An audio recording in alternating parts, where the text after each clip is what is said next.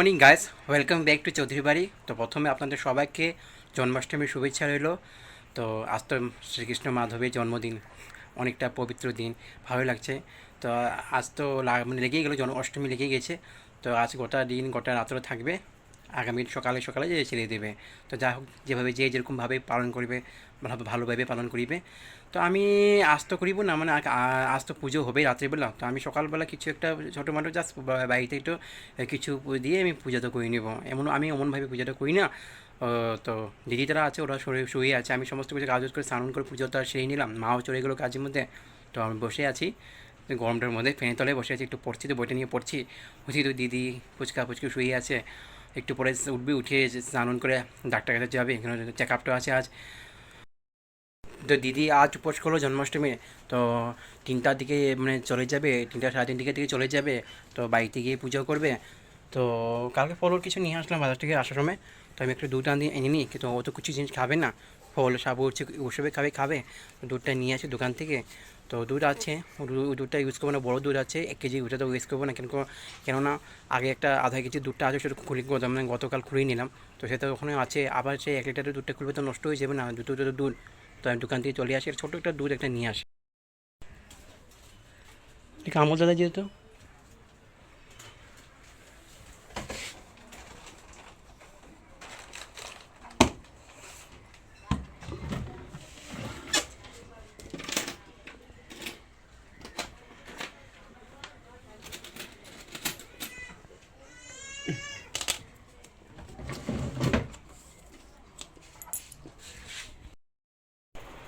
হ্যাঁ রেখে দিলাম।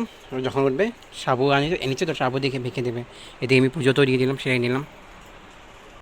আমরা এখন যাচ্ছি অপেক্ষা হাসপাতালে, সবে রেডি হয়ে গেলো, সবে বেড়াচ্ছে, রাস্তা ধরে আছি আমরা।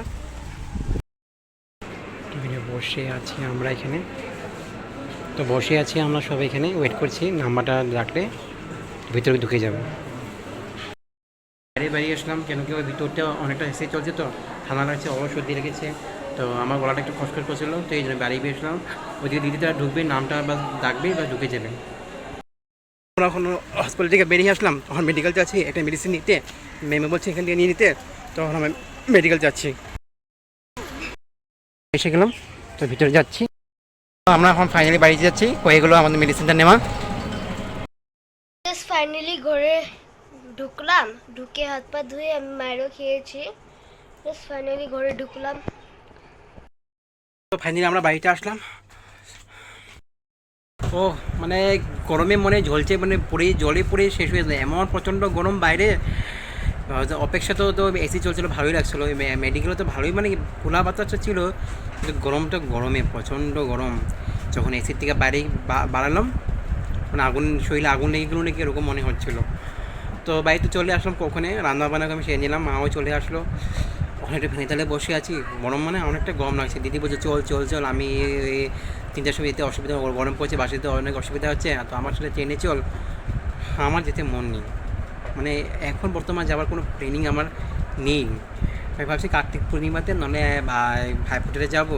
আমার ইচ্ছেই নেই, বলতে পারি না এখন, সন্ধ্যাটা হোক বা বিকালটা হোক, কী করে ওরা না করে, কেমনভাবে যাবে, বাসে যাবে না ট্রেনে যাবে, আমি কিচ্ছু বলতে পারি না।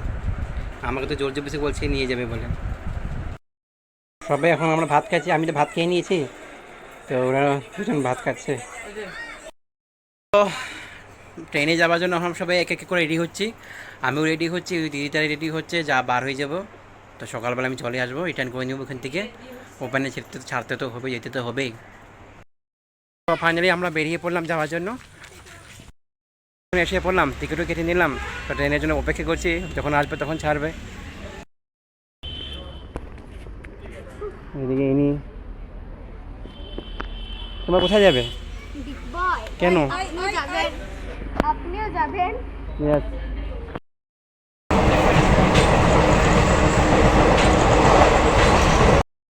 ফাইনালি এসে পারলাম দিগবইতে, তখন নামবো গাড়িতে করে। তো ফাইনালি তো আমরা নেমে গেলাম, এখন যাচ্ছি অটোর দিকে। আর তোমার ব্যাগে আছে, গাড়িতে উঠি আমরা।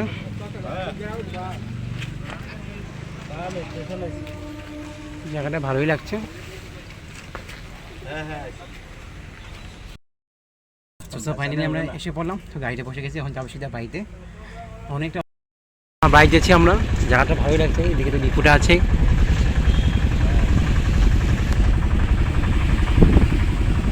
রাস্তাটা কি দেখাবো আইওসি ডিপার্টমেন্ট, মনে হচ্ছে একটু আগে বৃষ্টি দিয়েছে তো বুঝে না, ডিপুটি কী অবস্থা তো বলতে পারি না, তো ফোন করে জিজ্ঞাসা করতে হবে আমাকে মাকে।